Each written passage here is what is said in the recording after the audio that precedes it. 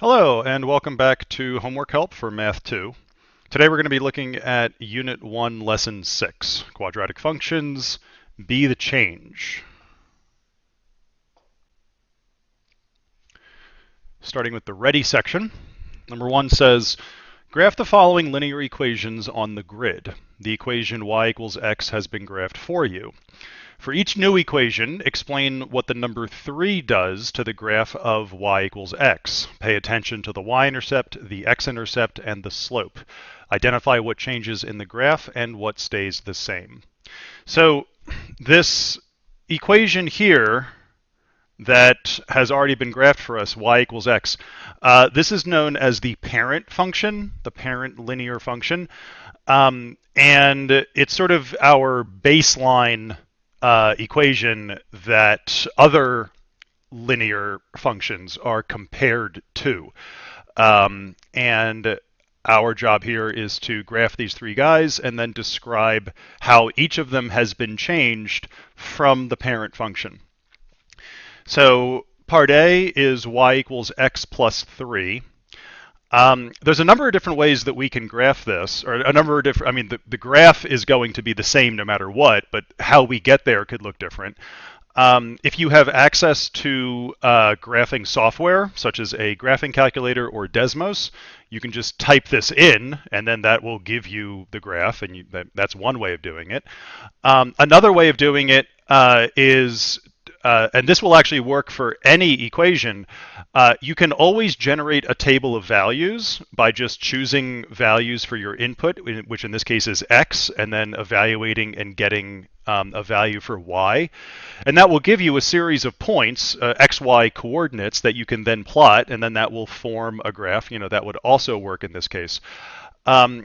But for A, I think what we're going to do is we're going to just sort of apply what we know about linear functions and the different components of this equation. So as I think we all know that there is an invisible 1 in front of that x, and that of course is the slope. And write that a little bit better. And then this 3 is our y-intercept. And the reason why that is the y-intercept is if you take your equation and if you plug in a 0 for x, the only thing that you're left with is the y-intercept. And looking at our graph, the y-intercept occurs when x equals 0. So that's why that last number of plus 3 is the y-intercept. If you plug in a 0 for x, you're going to stay, you're not going to go left or right at all. You're going to stay on the y-axis, and then whatever's left over, in this case 3, is going to be your y-intercept. So that tells us that we have a y-intercept of 3, which is right there. And because our slope is 1, it means that from this point, if we want to get additional points, we can simply just use our slope, up 1 over 1, up 1 over 1, up 1 over 1, and then we can also go in the other direction. Now, if we're going to the left and we have a positive slope, it means we're going to go down and to the left. So we have another point there, another point there, another point there. And this will eventually form our line. So go ahead and get a line here. So if you're doing this on paper, you'd want to use a ruler or some sort of straight edge in order to get this the way that you want it to look. Okay.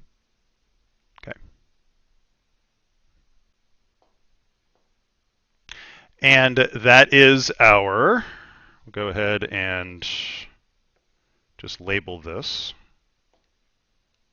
That is our equation, or that's our graph rather, for y equals x plus 3.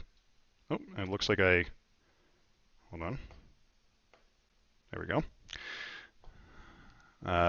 X plus 3. And I'll go ahead and we'll just get rid of the dots at this point because we no longer need them. All right. And I'll just erase some of the little notes right there. Before we graph B, let's go ahead and maybe describe sort of what we're noticing here.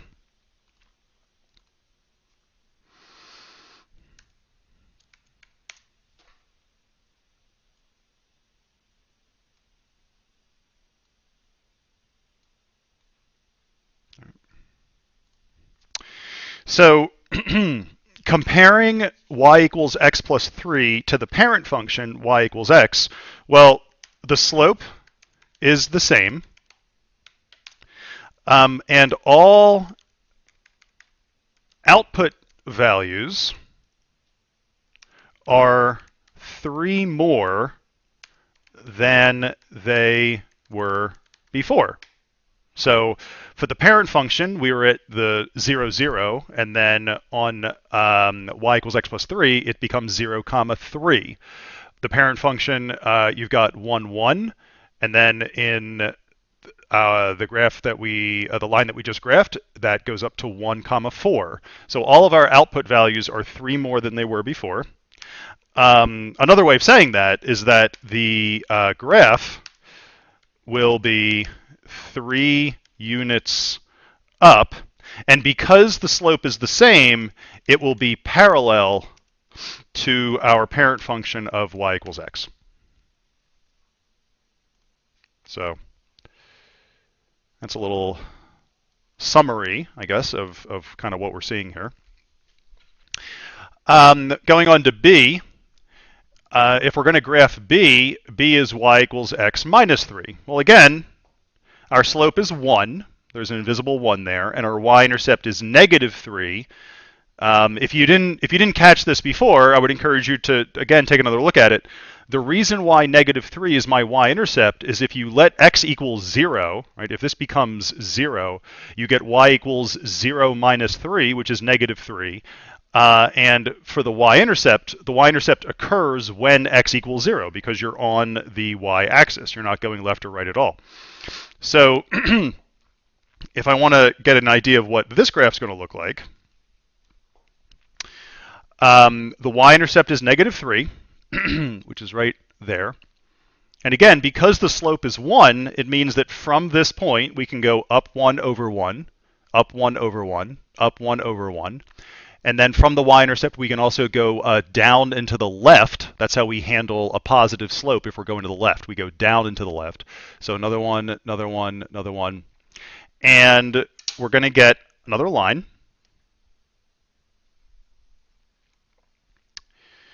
This line, let's see, 1, 2, 3, right about there.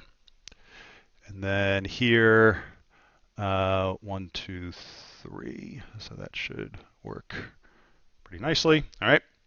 And now that we have our line, I'll go ahead and erase these points just to simplify our picture a little bit.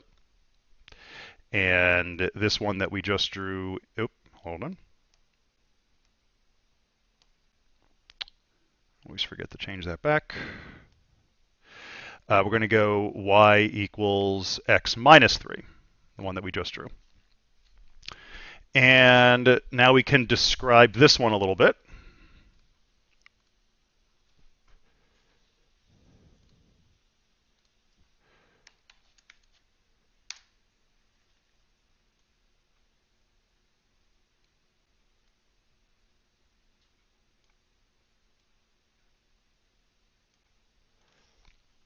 So for 1b, the slope is the same, just like it is for the parent function, and also just like with a, our slope was or is 1, so slope is the same. And this time, all output values are 3 less than they were before. The graph will be 3 units down. And again, because the slope is the same, it's going to be parallel to our parent function of y equals x.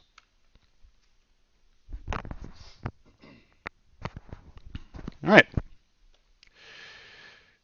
And we have one more. So now we're looking at y equals 3x for part C. So for y equals 3x, because there's no Just realizing I forgot the L here on parallel. Okay. There's no number after the 3x, which means there's an invisible 0 here, right? 3x plus 0. So for this equation and for this graph, our y-intercept is going to be 0. I'll use red here just to really drive home the point. Otherwise, it might be a little bit hard to see. So if we're graphing y equals 3x, our y-intercept is the origin, just right there. Right there. And our slope is 3. Now, it can be helpful to think of slope as a fraction, rise over run. So if you ever have an integer slope like we have here, you could just put that over 1. So because our slope is 3, you can really think of that as 3 over 1. And so from our y-intercept, from our initial point, if we go up 3 and over 1, that takes us to right there, which is 1 comma 3.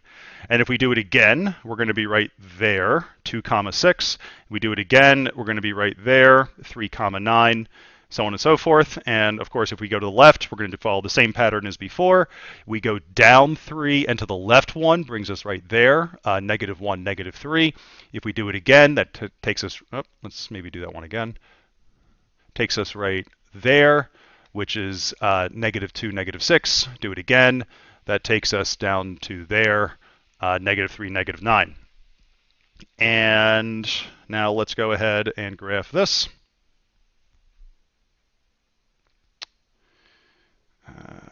One, two, three, it's right about maybe there.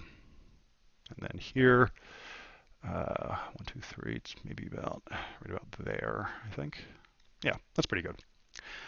Go ahead and erase our points just to clean up the picture a little bit.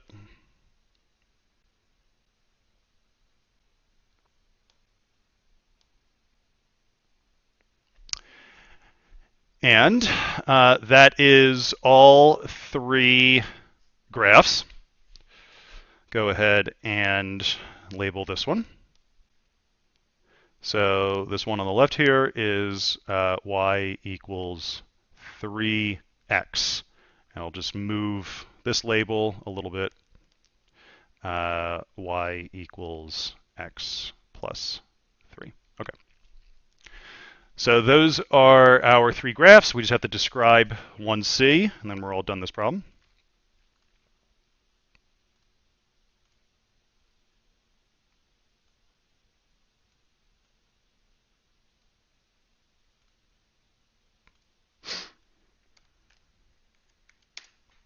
So comparing y equals 3x to the parent function of y equals x, this time the slope is steeper. All output values are now 3 times what they were before. The graphs will intersect y equals x at 0, 0. So this is unlike A and B. Those never intersected the parent function. This one does intersect the parent function at the origin, but it will be steeper.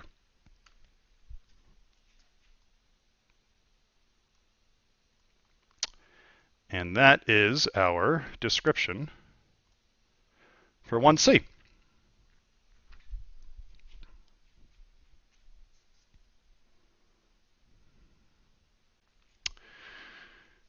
Question number 2. The graph of y equals x is given. Again, that's our parent function. For each equation, predict what you think the number -2 will do to the graph, then graph the equation. All right, so this time we're going to start with our prediction, and then we're going to graph.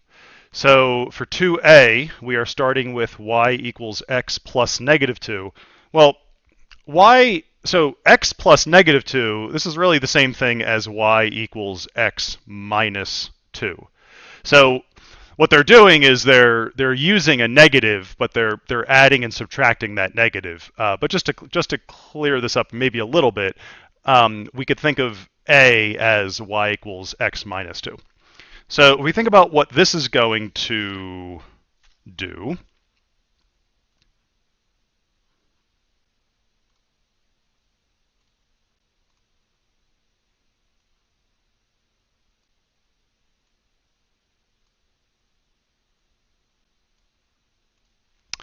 so 2a, just like we saw before,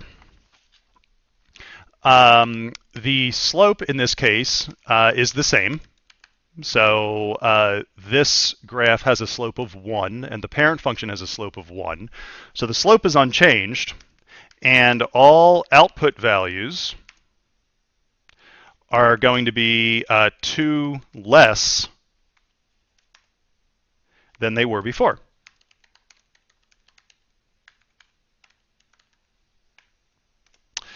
The graph will be parallel to our parent function of y equals x, but it will be down 2 units. Okay. So that's our prediction for what this graph is going to look like. Now let's go ahead and graph it. So y equals x minus 2. We'll continue to use red. So our y-intercept is negative 2.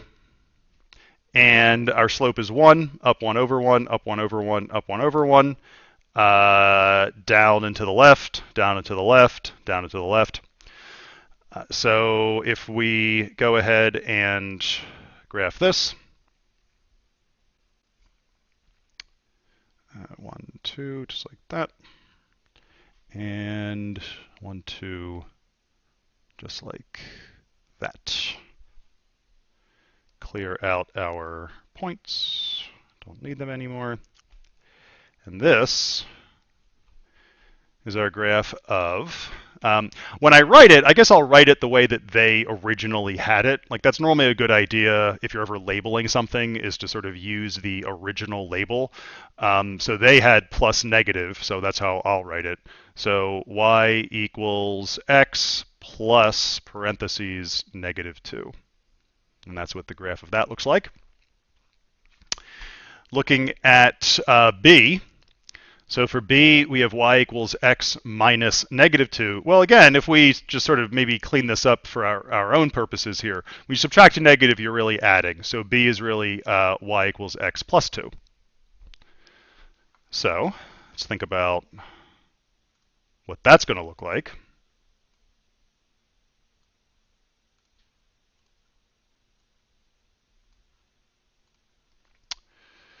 So this is 2b.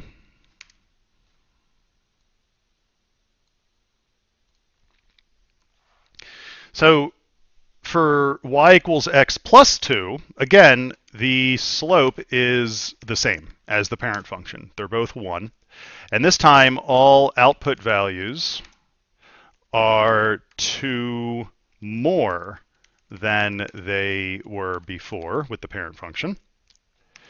The graph, again, will be parallel to y equals x because the slope is the same, but it'll be up 2 units. All right. And again, we want to graph this. Our y-intercept is positive 2, which is right there. And our slope is 1, so up 1 over 1, up 1 over 1, up 1 over 1. Down to the left, down to the left, down to the left. Clearly going to be forming another line. And that line looks something like that. Clear out our points. And we'll go ahead and label. So the one that we just drew is y equals x minus parentheses negative 2 close parentheses, because that's how they originally labeled this function. Last one, C is y equals negative 2x. All right, well, it's going to be kind of similar to 1C, although we do have that negative, which adds a little bit of a wrinkle, I guess, to what we're doing here.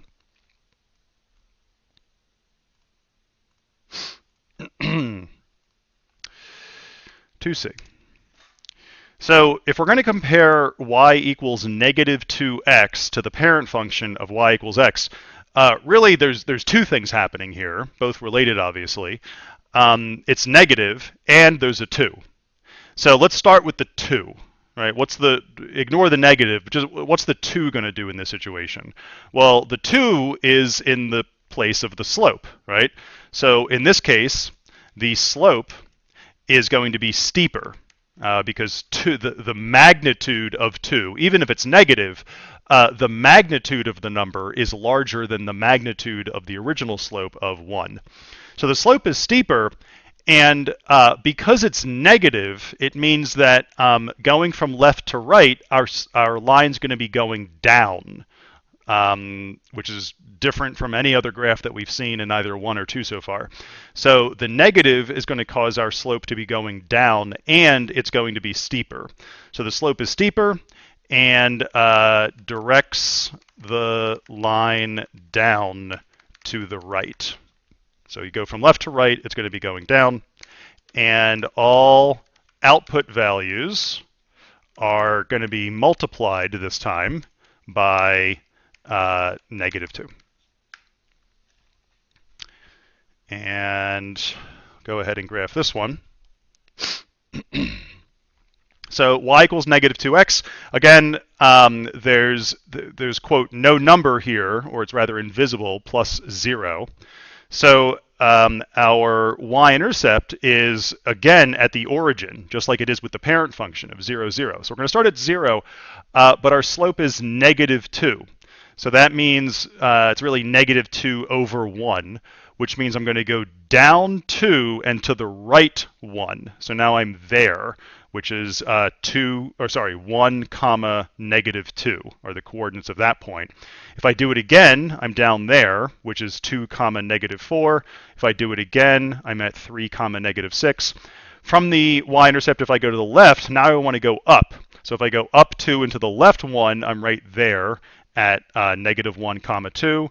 Do it again, I'm at negative 2 comma 4. Do it again, I'm at negative 3 comma 6. If we connect these points, let's see, there, we'll say right about maybe there. And then up here, we're looking at 1, 2, 1, 2, 1, 2. I think right about there should be good. And clean this up by getting rid of our dots. And we're going to label this as y equals negative 2x. And that is our answer. Moving on to the set section. Directions here say, for each relation given, identify whether or not the relation is a function. If it's not a function, we can simply skip B through D, move on to the next question. Determine if the function is linear, exponential, quadratic, or neither. Describe the type of growth and express the relation in the indicated form. So, question number 3, we have a description here. The driver education course started with 81 students. Students complete the course by passing the driving examination. After the first month, there were 27 students in the course. After the next month, there were 9, then 3, ... All right, is it a function? If not, we can skip the rest of this. So, as a reminder, with a function, what makes a mathematical relationship a function is if for any given input, there is at most one possible output. Another way of saying that is that for any given input, you should be able to predict with 100% certainty what the output is going to be every single time. And what makes something not a function is if there's some ambiguity about what the output would be for even one input. If this happens even once, then that's a problem, right? So looking at our description here, we're talking about time in months, and we're talking about students. And I think it'll be helpful if we make a table of values, even if we don't necessarily need it for A. We're going to need it eventually. So we'll just use we'll use X and Y. And X is months that have elapsed, and Y is going to be students. So months are our independent variable, which in this case is X, and students are going to be Y, which is our dependent variable. So in the beginning, there's 81 students. Well, that basically means 0 months have elapsed, right? So this is how many months have completed. Yeah, how many months have we completed? So at the beginning, we haven't completed any months, and there are 81 students. After the first month, there are 27 students. After 2 months, there are 9 students. After 3 months, there are 3 students. So it's the same information that's in the description. I just put it into a table.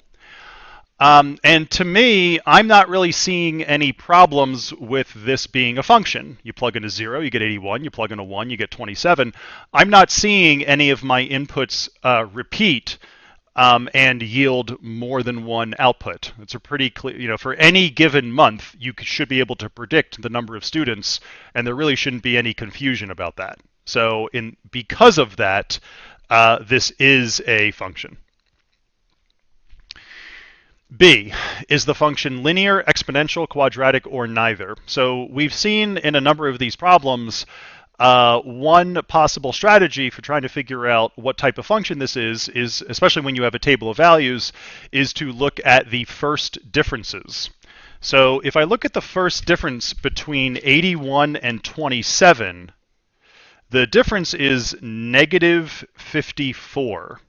So 81 minus 54 gives 27. And then to go from 27 to 9, we subtract 18. And then to go from 9 to 3, we subtract 6. Now, if this were a linear function, we would expect the first differences to be the same. And they're clearly not, right? Negative 54 does not equal negative 18, and negative 18 does not equal negative 6. That tells us that this is not a linear function. We can eliminate that one. Let's look at the second differences. So the second differences are essentially the difference of the difference. So negative 54 to negative 18, the number is it's negative, but it's getting less negative, which means we're going to add something, and specifically we're going to add 36. So negative 54 plus 36 is negative 18. And then to go from negative 18 to negative 6, again, we're going to add something because it's becoming less negative, and we're going to add 12. These numbers are also not the same. 36 does not equal 12, which now tells us it is not quadratic. Because if it were quadratic, we would expect the second difference to be the same.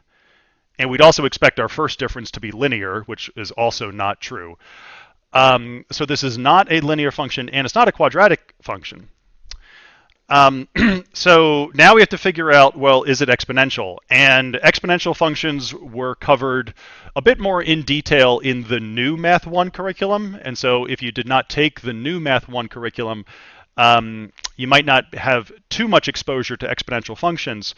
But the main crux behind exponential functions is that instead of looking at differences, we're going to be looking at ratios. So we're going to be talking about multiplication and division instead of addition and subtraction. So now we're going to, again, compare 81 and 27, but we're not going to look at it from a subtraction point of view. We're going to look at it from a division point of view, or multiplication or division. So now, what is it that we need to do to 81 to get 27? Well, to get from 81 to 27, if we multiply by 1/3, okay, 81 times 1/3, which is the same thing as 81 divided by 3, those are mathematically equivalent statements, we get 27. And again, we're doing this because now we're trying to figure out if this is an exponential function or not. So continuing on, to go from 27 to 9, we again multiply by 1/3. 27 times a third, or 27 divided by 3, is 9. And then to go from 9 to 3, we multiply by 1/3. So every single time we are multiplying by the same number, 1/3, 1/3, 1/3, that tells us this is an exponential function. So again, if you haven't had that much exposure to exponential functions, this is how we can tell that it's exponential, because we are multiplying by the same number every single time. That gives us an exponential function. For part C, we're going to describe how it's changing.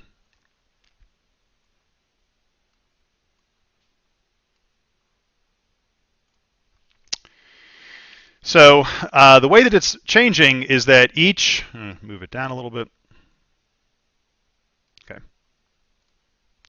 So each stage, or month essentially, is 1/3 of the previous one.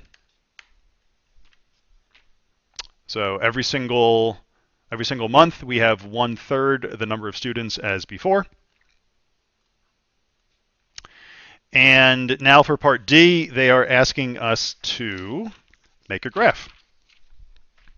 So we've seen this now a couple times, where when we are talking about a real-world scenario, it is common, although not every single time, it is common to focus on quadrant 1.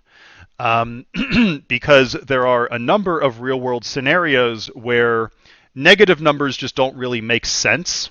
And this is one of those times, because we're not talking about negative months. Negative time is kind of a weird thing to think about. And we certainly don't have negative students. So we don't really need quadrants 2, 3, and 4 here. So that's why I put the x-axis all the way at the bottom and the y-axis all the way on the left. Because we really want to focus on quadrant 1, because negatives don't really make sense in this context. So we'll go ahead and label our axes. Our x-axis is months. That's our independent variable. Time, in this case months, but it could be seconds or years, whatever it is, days.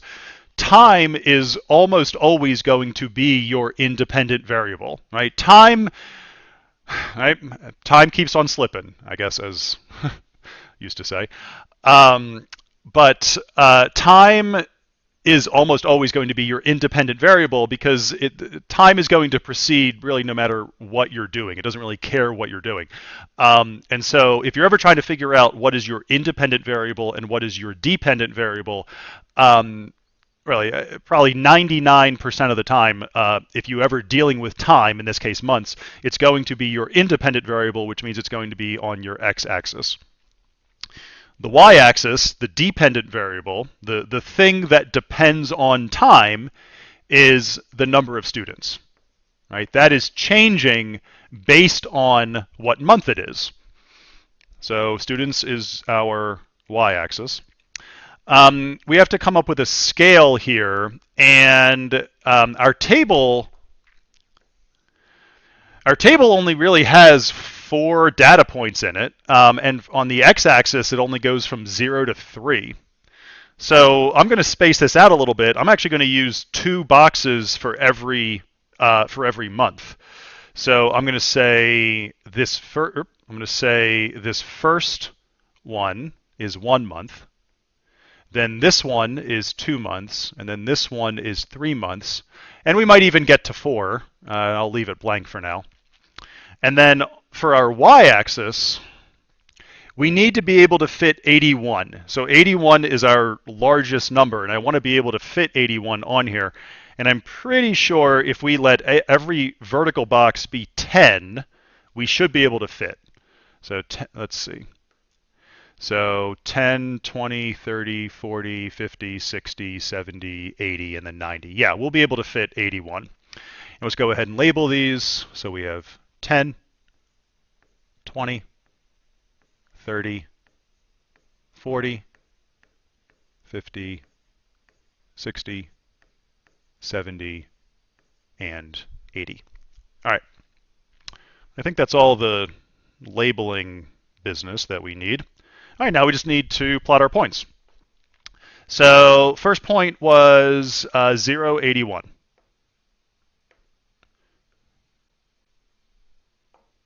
So 0 is on the y-axis, and 81 is obviously just a little bit above 80, so we'll just go right, we'll go right there. Okay, so that's 0, 81. Our next data point was 127. So 127 is about, we'll say, maybe down just a little tiny bit, maybe like right there. 127. Our next data point was 2, 9, which is right about there. And then 3, 3 is right about there. If you want to, you could continue on to 4. Well, 1/3 of 3 is going to be 1. So there's only going to be one sad student left in this class if we wanted to also include 4. Not required, but so that would be 4 months. And that is our graph.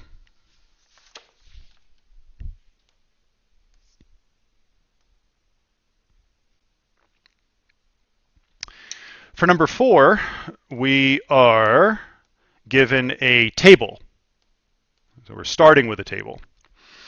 I have x's and y's. X goes from 0 to 4. Y, we've got some fractions we've got to deal with. So again, for part A, identify whether or not the relation is a function. And again, what makes something a function is that for any given input, there is at most one possible output.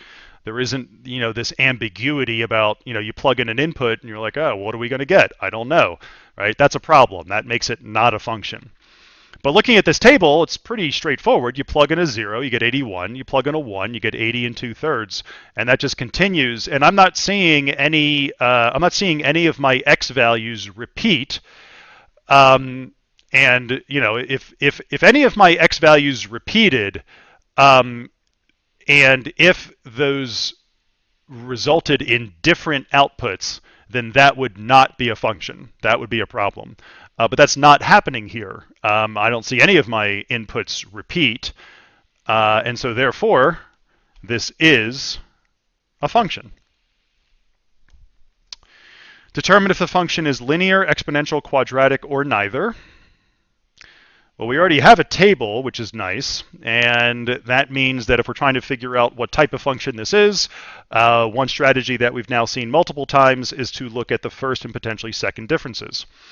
So, going from 81 to 80 and 2/3, well, the 81, we're going to subtract something here. And 80 of the original 81 units are still intact. And then the 81st unit essentially got divided up into thirds, and then one of them went away. So all of that is to say, this is minus 1/3. You subtract a third from 81, and the 81st unit becomes 2/3, and then you have still 80 whole units left over. Going from 80 and 2/3 to 80 and 1/3, well, we lost a third. We had 2 of them. Now we only have 1 of them. So again, we lost a third. Going from 80 and 1/3 to 80, well, this is fairly straightforward. We lost our third. So we had a third, and now it's not there anymore. And then going from 80 to 79 and 2/3, just like above, 79 of our units are still intact, and the 80th unit got broken up into thirds, and one of them went away. So we lost a third, and we still have 2/3 left over. So every single time we are subtracting a third, minus a third, minus a third, minus a third, minus a third. And because our first difference is constant, that tells us that we are dealing with a linear function. So our first difference is constant, it's linear. How does it change? Well,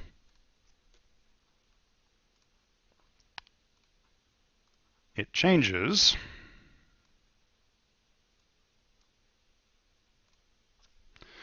by it decreases by 1/3 each time.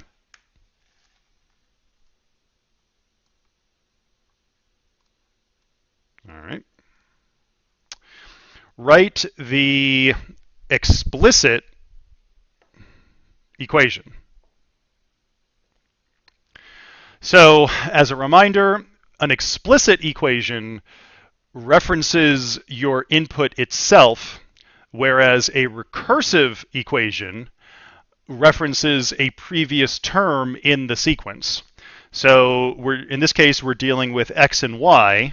So our explicit equation, because this is a function, we can use function notation.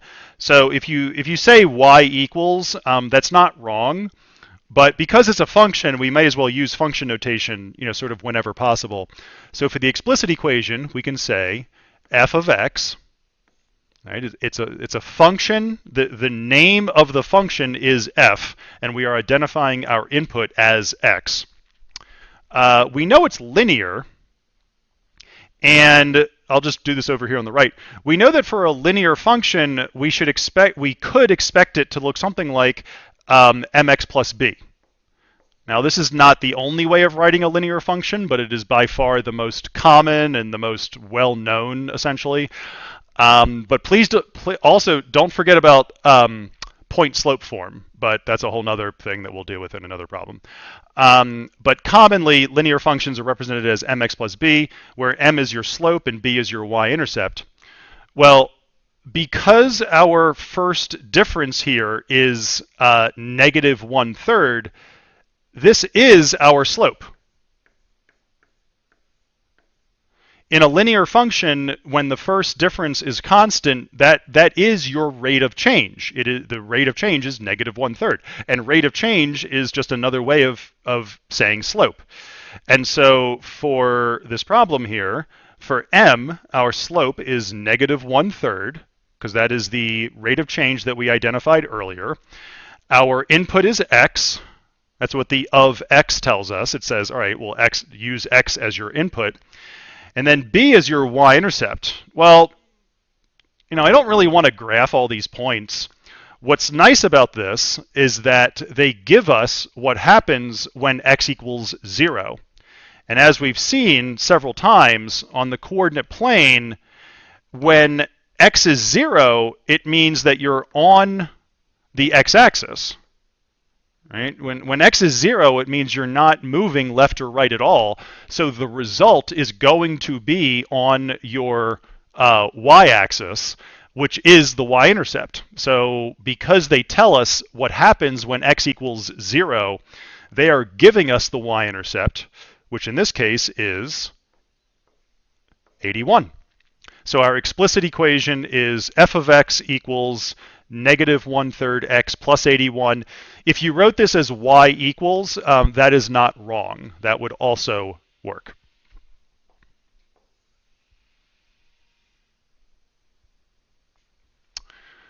Number 5.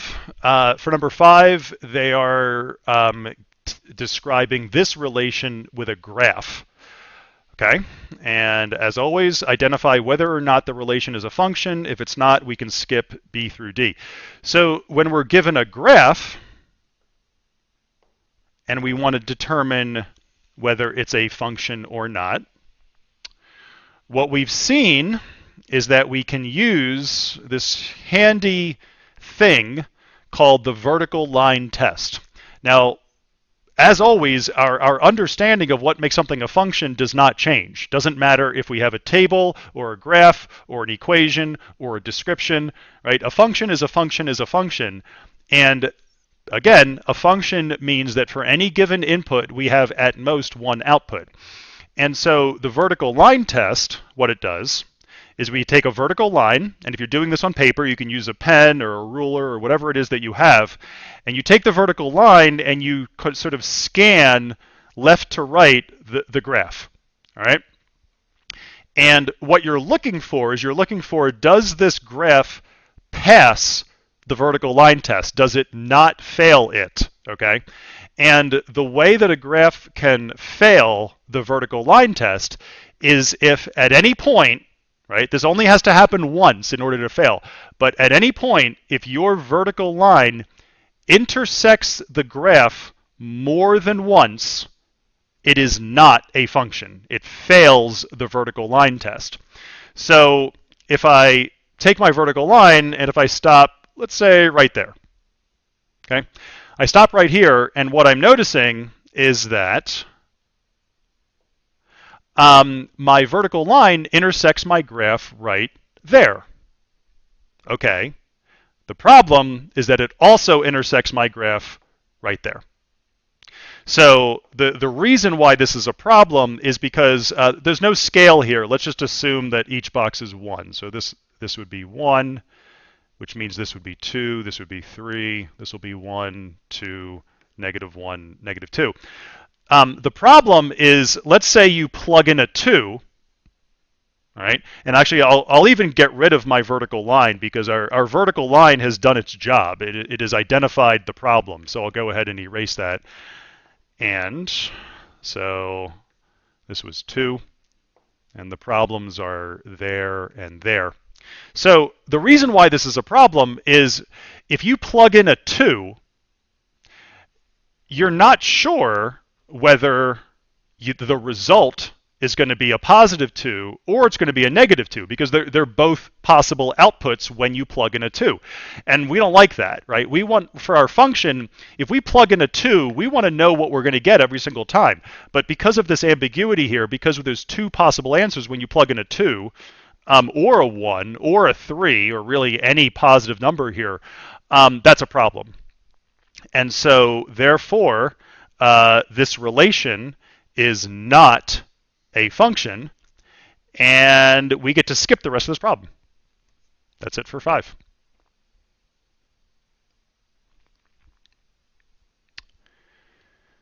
Question 6. Question 6, our information is given in multiple different formats. So we have a description here. We're talking about the distance traveled in feet based on the speed in miles per hour that the baseball leaves the bat.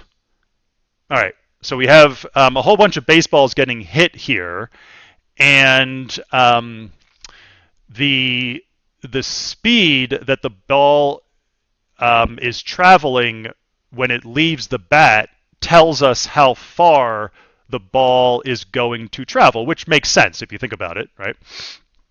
And so we have a graph. Now, notice, just for context, notice that this graph is representing only like a section of like the full graph, right? The y-axis, kind of starts at 200 and goes to 400. So we do not see the origin in this picture, and we also don't see the x-axis. Right? The x-axis is somewhere below this graph. So we do have a graph, but just be cognizant of the fact that like we're only seeing a portion of this graph. But what's nice is that we're given these, very sort of specific, sort of rigid numbers that we can manipulate. And in all of these cases, the x value, 85, 90, 95, etc., that is the speed in miles per hour, and then the y coordinate, 220, 247, 275, that's the distance that the ball travels. We are going to want to have a table here, even if we don't need it for part A. We're going to need a table, so let's just go ahead and start with that anyway. So we'll just do a x, y, x and y. And so we might as well start with the lowest one and go up. So our slowest one essentially was 85. And at 85, the ball goes 220. At 90, it goes 247. At 95, it goes 275.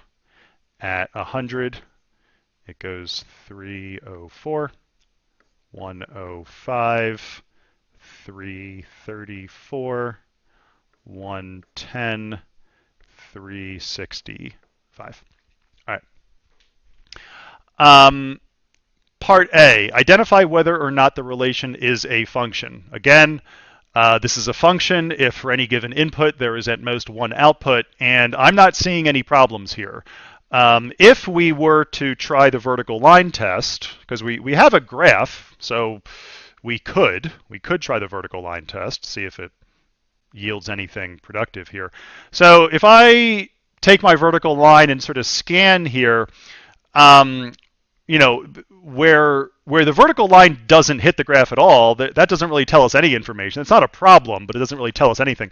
As soon as we intercept the graph here, you know, I'm not seeing, my vertical line doesn't really intersect the graph more than once. It passes through it, intersects once, and then it just kind of goes on its way. So it passes the vertical line test, and looking at my table, I'm not seeing any of my inputs repeat, 85, 90, 95. They all sort of just have one output that they all point to. And so it turns out that for 6a, this is a function.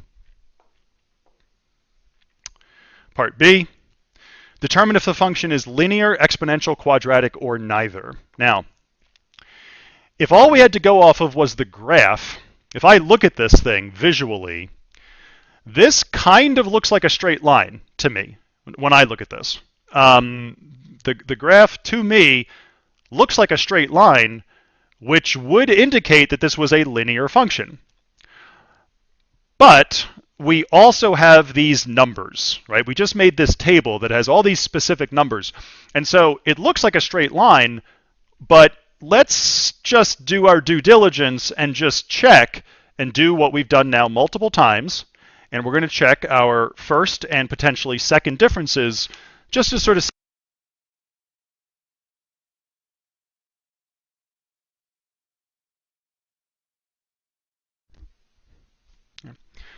I think my audio cut out there for a second. So again, just to clarify, we're going to be looking at the first and second differences in this table.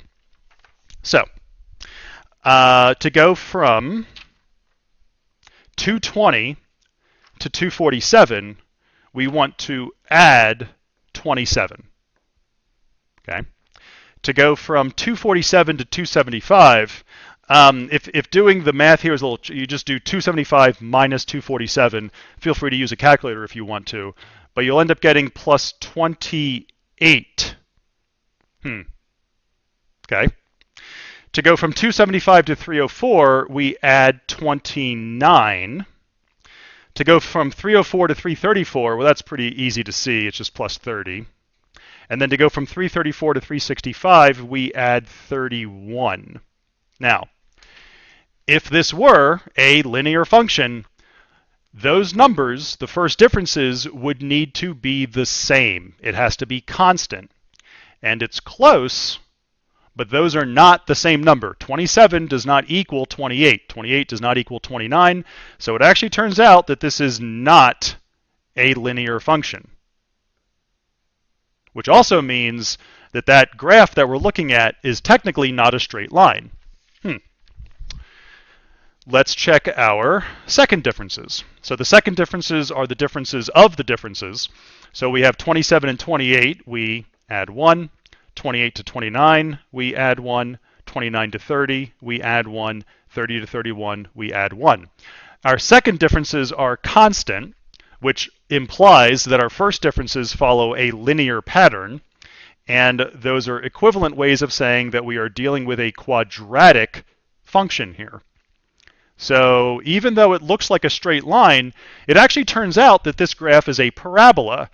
The reason why it looks like a straight line is because we're zoomed in on this like one section, right?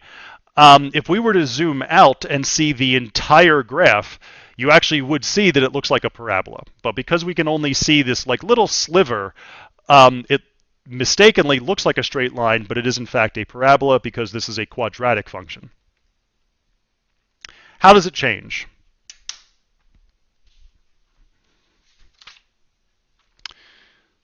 So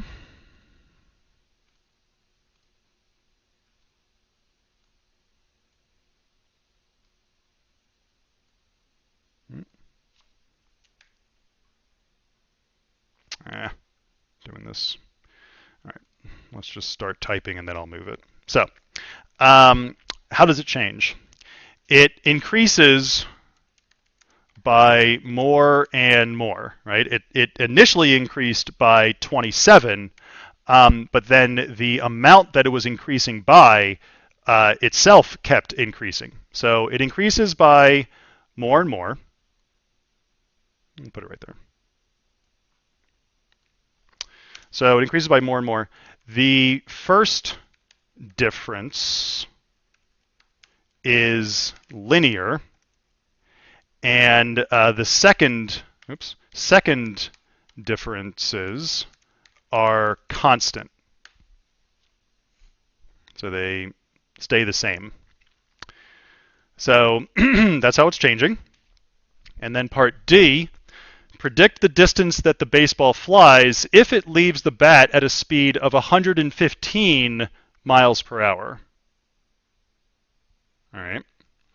So if the ball leaves the bat at 115, notice that that's a rather convenient number for us to look at because our x values this entire time were increasing by 5, 85, 90, 95, 100. So then the next one that you'd expect to see here, I'll do this in green, would be 115. And actually, I forgot to mention this earlier. The fact that our x values are increasing by 5 instead of 1, that's not a problem as long as the amount stays the same. So you can see here plus 5, plus 5, plus 5, plus 5. That allows us to still do the whole first and second differences thing that we did before. If x was increasing by like random amounts, like 85, 90, 92, 103, some weird pattern like that, we would not be able to do the first and second differences that we did. But again, this is not a problem because they're increasing by 5 every single time, so that does allow us to do essentially what we did. So for 115, the pattern on the left is holding, which means the pattern on the right for the distance should also hold. So our first differences, plus 27, 28, 29, 30, 31, well, if we're going to do another one, we would expect the same pattern to continue, which means it's going to be plus 32. And you can see here that our second difference is still plus 1. So if we take 365 and we continue this pattern, we're going to add 32. We end up getting 397. So if we're asked to predict the distance that the baseball flies if it leaves the bat at a speed of 115 miles per hour, we would predict that it would travel 397 feet.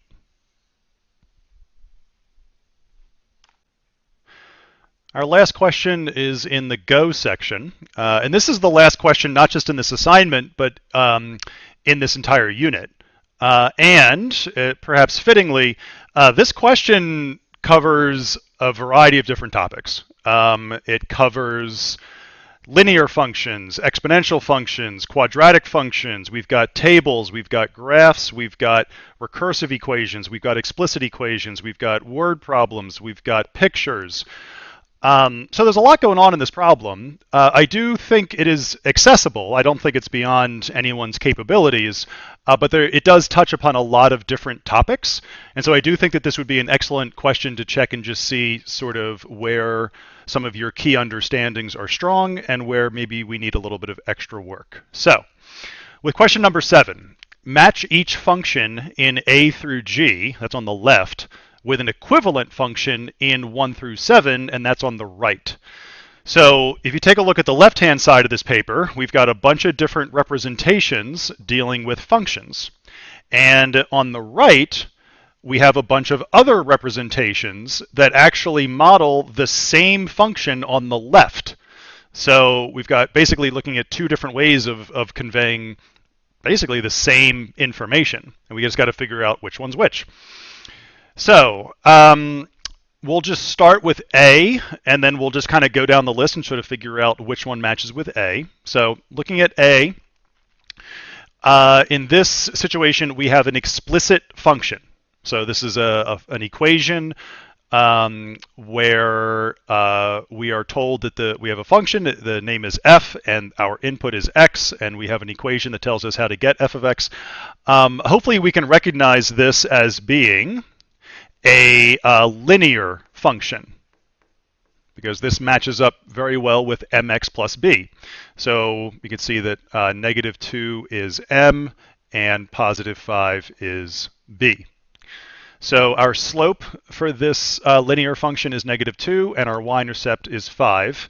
So now we've got to figure out which 1 through 7 represents the same thing. Well, it's clearly not 1, because 1 is also an explicit function, so it's the same type of representation, but it is not the same function. F of x for number 1, this represents an exponential function. And again, if you didn't take the new Math 1 curriculum, you might not have a very strong foundation with exponential functions. Sorry. So this is an exponential function. If you didn't take the new Math 1 curriculum, you might not be able to recognize an exponential function, but for now, suffice to say, it is different from A. Number 2, we're given a graph. And for 2, interestingly, I'm noticing that for this graph, the y-intercept is in fact +5. So that's kind of what we're looking for. We're looking for a y-intercept of 5.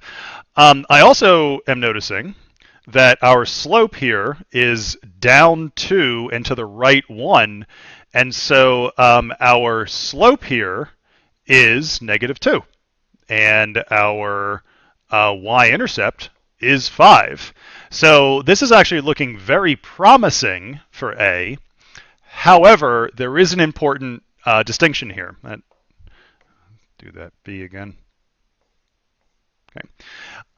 If you take a look at the graph here for 2, this is a discrete graph. We have just a collection of points.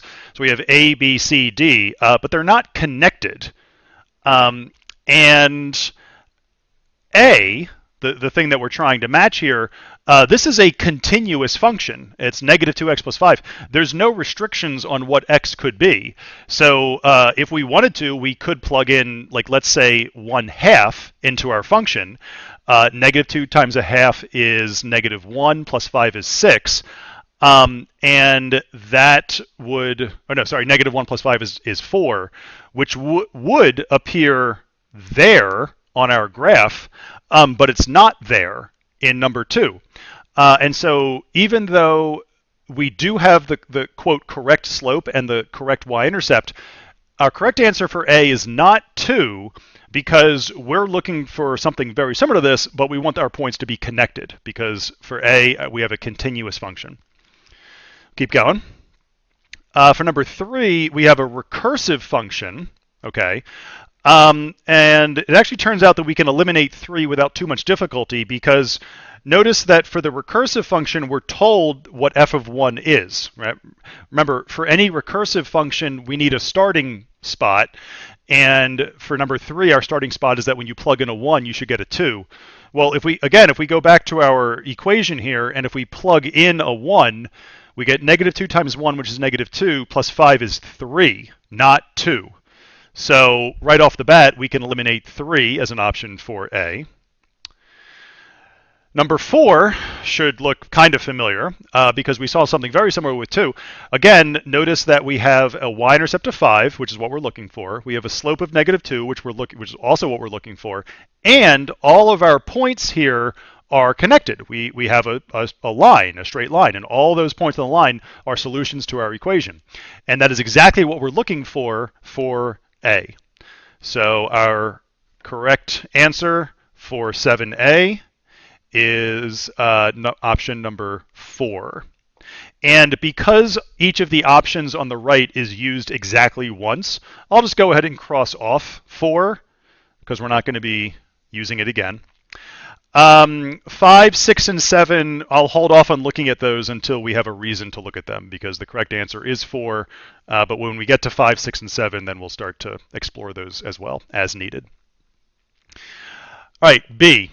So for B, this function, we're given the graph of the function. So no equation, not yet at least, but we are looking for a function on the right that matches this graph.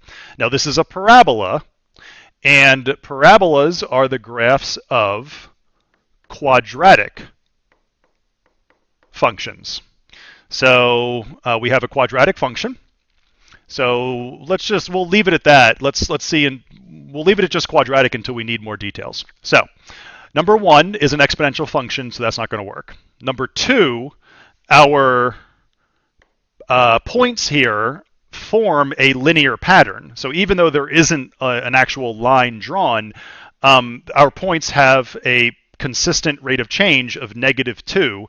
So it is a linear function, but we're looking for quadratic, so that's not going to work. For number 3, number 3, it actually turns out that 3 is quadratic. This is what a quadratic function looks like when you have a recursive function. But we don't even have to explore it too much because, again, we're told that f of 1 equals 2. So let's just look over at our graph here for B and see, all right, well, when we plug in a 1, where is that on this graph? So the scale here, it looks like each box is worth 1. So when x is 1, we are right there. That's what happens when x is 1 on our parabola. And notice that what we end up getting is we end up getting 0 for our y value, for f of x. But option 3 on the right is saying that we should get a 2. So our option is not 3. We already did option 4. Now we're starting to look at 5 for the first time. For 5, it turns out that 5 is a linear function. If you don't see why this is linear, well, if you isolate y by subtracting x on both sides, what you end up getting is y equals -x, which if you compare that to y equals mx plus b, well, if you let m equal -1 and if you let b equal 0, you get this. You get y equals -x. So 5 is linear. It's linear without modifying it at all. It doesn't become linear when you put it into slope-intercept form. It's always linear. But if you can't see that 5 is linear, try putting it into slope-intercept form, and then you'll see that it is in fact linear. So 5's not going to work. For 6, let me pause on 6 for a second and just go down to 7 real quick. With 7's kind of weird because it's related to a function, but there's no input in 7. It's just a number. You have a, whatever a is, equals 7,000 times 1.03 to the 20th. There's no input into this. There's no variable. So this whole thing is just some number, right? I don't know what that number is, but it's I don't know, 10,000 or 15,000 or whatever it is. But there's no variables here, so that can't be our answer. So our answer kind of has to be 6 by process of elimination. That's the only one that really is even eligible to work. And the correct answer is 6. So let me just go ahead and put it. But I think it's important also that we understand why the correct answer is 6. So when we take a look at option 6, notice that it is the product of two linear factors. X minus 1 is linear and x plus 3 is linear, and we're multiplying them together. Well, that tells us it's quadratic, right? So every quadratic function, not always easily, can be written as a product of two linear factors. So I'm not saying it's easy, but it can be done. So because we have two linear factors here, we know that it's quadratic. And notice that if I were to take option 6 here, and if I were to plug in, like, let's say a 1. Oops. If I were to plug in a 1, right there, notice that I would end up getting 0, and then I would get 0 times something, which would then give me 0.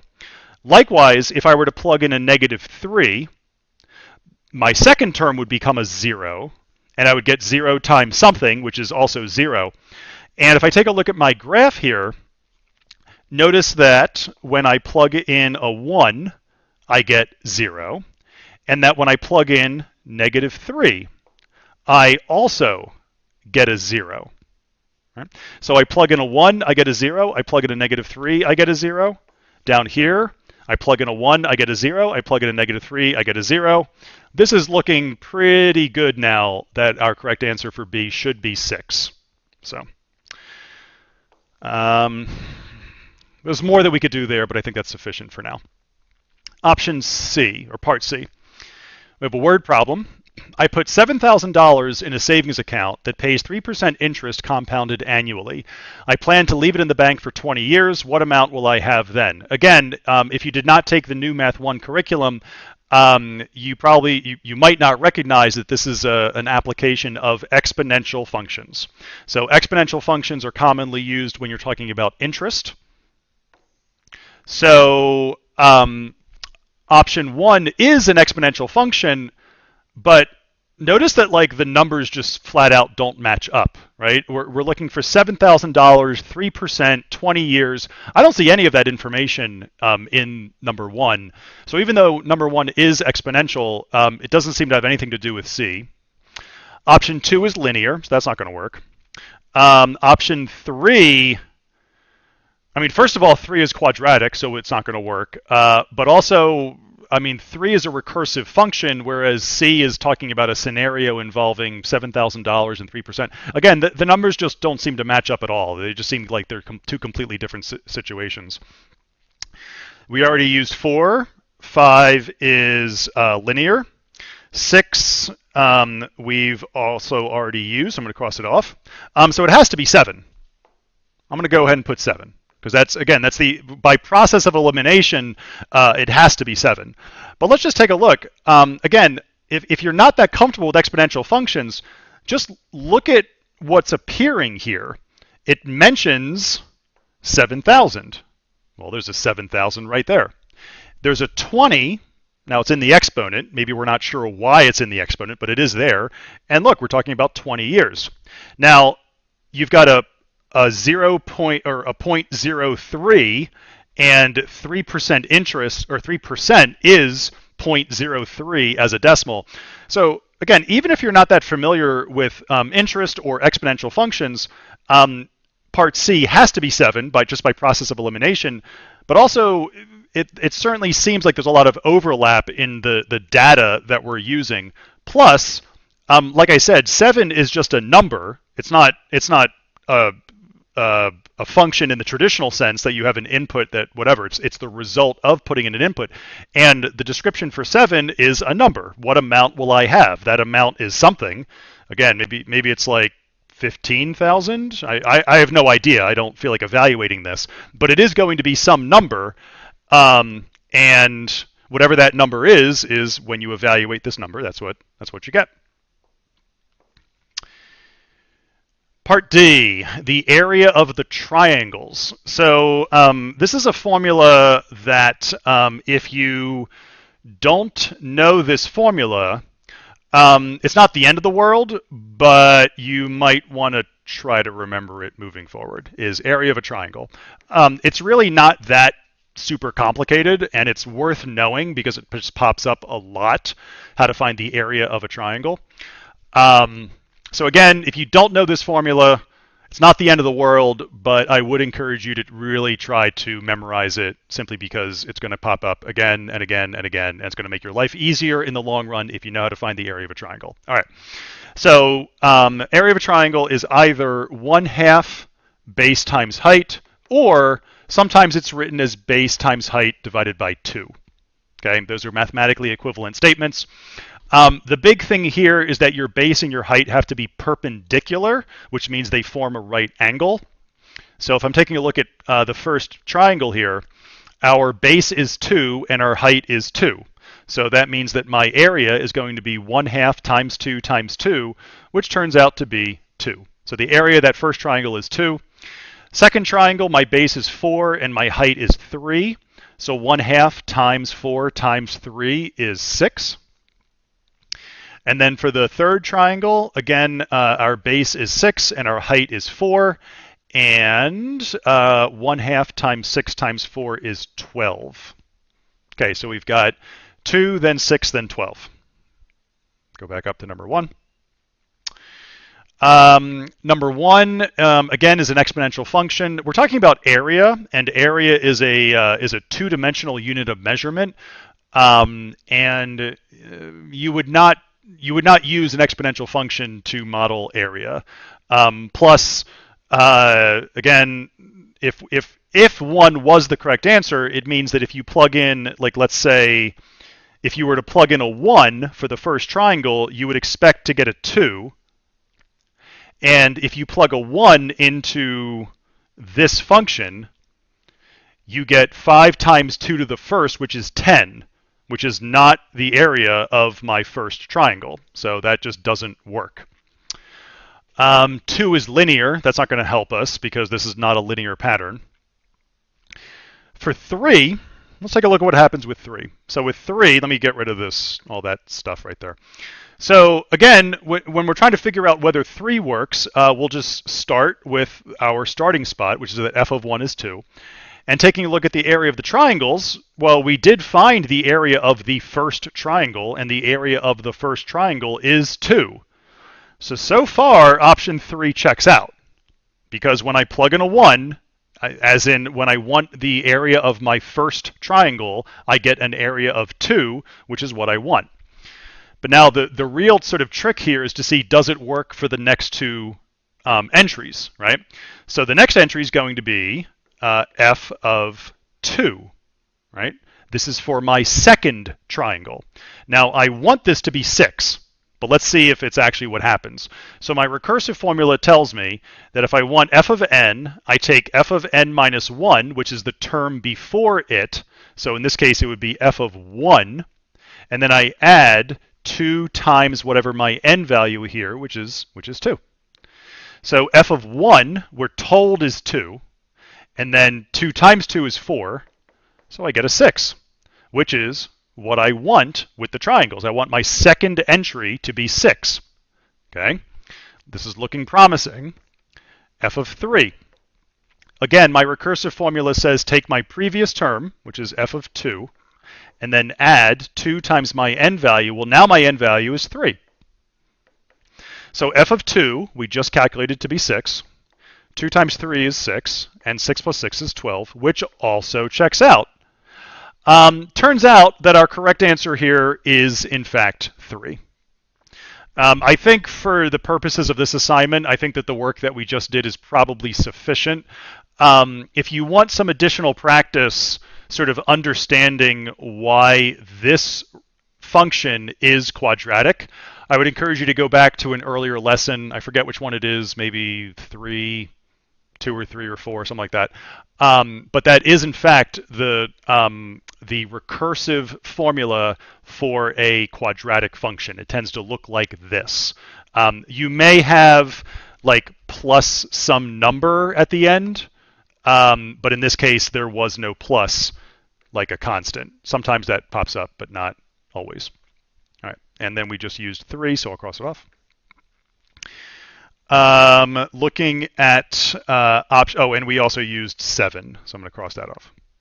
All So looking at part E, we again have a recursive function. This time our starting spot is what happens when x equals 0. So our starting position when x equals 0 is that we should get a 5, and then we're told that for each subsequent term, we take our previous term and multiply by 2. So that's what the recursive function is saying for part E. So let's take a look. Looking at option 1, which again is an exponential, let's see what happens when we start plugging in numbers here for x. So if I want, based on my formula here, I'm gonna write this down here. So for our exponential function, when f is 1, okay,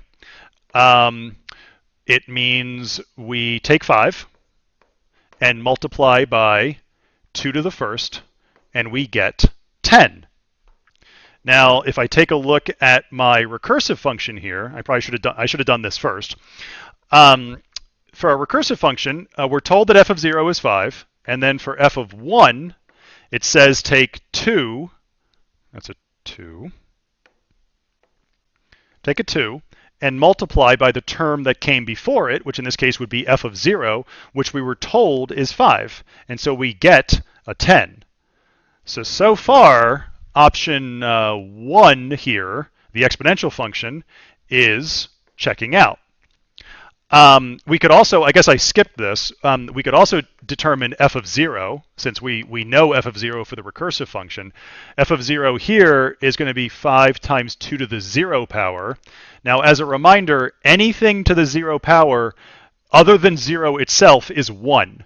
So 2 to the 0 is 1, 10 to the 0 is 1, negative 7 to the 0 is 1. Okay, the only thing that's not 1 is 0 to the 0, and 0 to the 0 is undefined.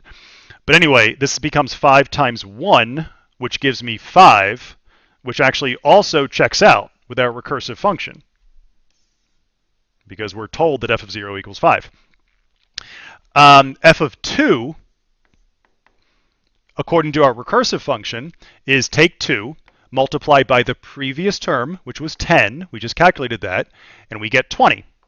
If I go back up to option 1, and I take my exponential function, my explicit function, I guess I should be saying.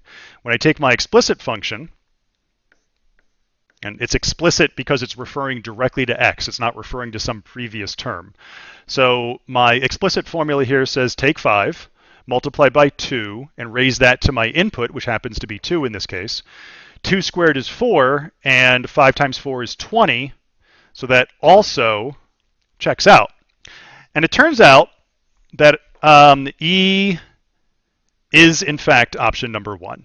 Right? This pattern does hold.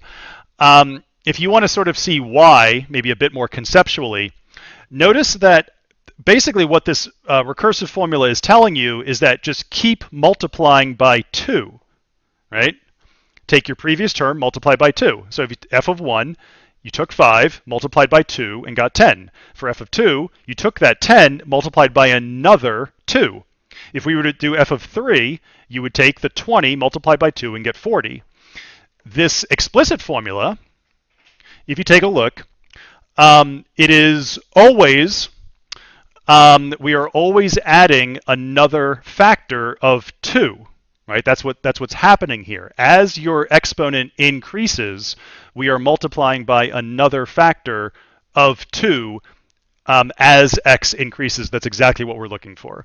So it actually does turn out that E, the correct matching is option number 1.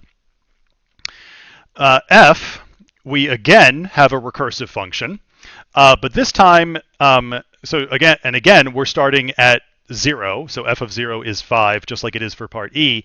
However, this time our recursive function looks a little bit different because it's saying if you want any subsequent term after f of 0, take your previous term, but now subtract 2 from it, right? Don't multiply by 2, but subtract 2. So we could write a bunch of these pretty quickly. We know that f of 0 is 5. So f of 1, we'll take f of 0, which is 5, subtract 2, and we get 3. F of 2, take the previous term, which was 3, subtract 2, and you get 1. F of 3, take your previous term, which is 1, subtract 2, and you get negative 1. And that would continue. So 5, 3, 1, negative 1. This is clearly a linear pattern. So we know that f is linear. So whatever we're going to match it to has to also be a linear pattern. We've already used option 1, so that's no good. Option 2 here, notice that when we plug in a 0, we get a 5. So f of 0 is 5. That matches. The next element here would be when you plug in a 1. Well, when you plug in a 1, notice that my y-coordinate here is 3. So that checks out, that checks out. I don't know why this graph skipped the next point. That might be a typo. So I'm just going to go ahead and add it, make an executive decision here. Bam, that point is now there. We'll call it E just to not mess up the ordering, I guess, or mess up the already pre-existing letters. So it's going to be E. All right. So notice that if we just keep going here, f of 2, right? We plug in a 2, which is right there. We get a 1. That checks out. F of 3, we get negative 1. That checks out. And this is going to continue. It's I think, relatively straightforward to see that if you're going to continue this pattern, the dots are going to continue to go down 2 and to the right 1. And because a recursive function uses integers, right, whole numbers, 0, 1, 2, 3, 4, we actually do want our dots to be separate and not like they were in option 4. In option 4, we had a continuous line, but with what we're looking at now, we don't want that. We want them to be individual points because looking at this recursive function, there's no real way to handle something like, if you tried to plug in something like n equals 1.5, right? I have no idea how to do that, right? Because that's just not. Oh, sorry, we're at F, and I'll do it in red. So if you were to try to do, okay. So if you were to try to figure out, what is f of 1.5, I have no idea how to do that, right? Because with a recursive function like this, you need to use integers with your inputs, and that's what that graph represents. So our answer here is option 2. All right. That means that's now off the market, which means by process of elimination, we kind of have to have 5, right? So we quote unquote know, assuming everything else is correct, that G is 5. But let's just verify that. So when we take a look at option G here, we have kind of an interesting function here. When you plug in a negative 7.75, the result is a positive 7.75. When you plug in a negative 1/4, the result is positive 1/4. When you plug in a positive 1/2, the result is a negative 1/2. And when you plug in an 11.6, the result is a negative 11.6. Well, I don't think it's that difficult to notice that essentially what this function is doing is it's just taking your input and flipping the sign. The magnitude is not changing at all, but if your input...